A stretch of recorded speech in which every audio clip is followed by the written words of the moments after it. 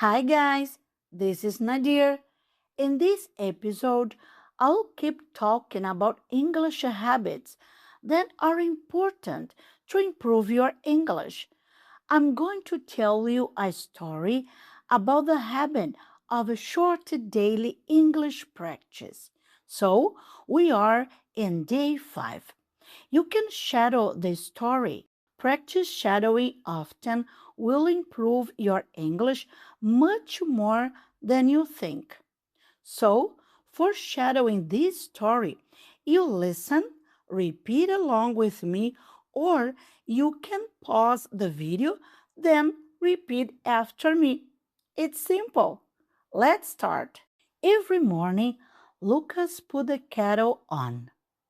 While the water heated, he sat at the kitchen table with his phone. 10 minutes. That was the rule. Not 1 hour, not a full lesson, just 10 minutes before the coffee got cold. His English was okay. He could read emails, understand movies with subtitles, but speaking was different. Speaking made his throat tight. He had tried before big courses, long study sessions on Sunday afternoons. He always started well. Then life came back. Work, dinner, tiredness, and the Sunday sessions stopped. He knew how that story ended. So he tried something smaller, 10 minutes every morning before the coffee. The first week was strange. He didn't know what to do with 10 minutes. He opened an app. He closed it. He watched a short video in English and understood maybe 50%. He repeated some sentences out loud, alone in his kitchen, feeling a little awkward. Good morning. How are you? I'm doing well, thanks. He said them to nobody, to the window, to the kettle, but he said them. By Thursday, it felt less strange. By Sunday, he did it without thinking. Kettle on, sit down, phone open. It had attached itself to something he already did every day. The coffee was the anchor. The 10 minutes came with it. He had read about this somewhere. Habit stacking, connecting a new habit to an old one.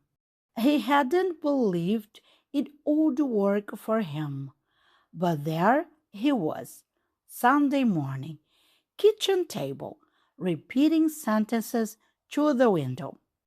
In the third week, something small happened. Lucas was walking to the metro when he got lost. Not seriously lost, just one wrong street. He stopped a man to ask for directions. The man was a tourist. He spoke just in English. Lucas heard himself say, without preparing, "Excuse me, do you know where the main square is?" The man answered in English, fast, with hand gestures. Lucas caught most of it, left, then straight. Big church on the right. "Thank you," Lucas said. "I think I understand." He found the square in 4 minutes. He stood there for a moment after, not because of the square, because of what had just happened. He had spoken without preparing. He had understood without translating in his head first. It wasn't perfect, but it was real. He texted his friend, I just spoke English in the street. It worked. His friend sent back a thumbs up. Small moment, but Lucas saved the message.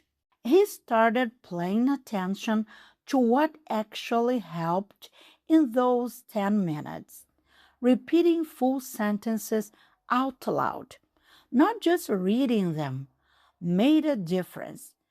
He had heard the word shadowing before, listening to a sentence and saying it immediately after. Same rhythm, same sound. He tried it with simple phrases. I usually wake up at 7. I take the metro to work. The coffee helps. His own life, his own routine in English. It felt less like studying and more like translating himself. He added one new sentence every few days. Nothing complicated. It was a long week. I need some air. The weather is strange today. Small sentences, real ones. 5 months later, Lucas still made the coffee every morning.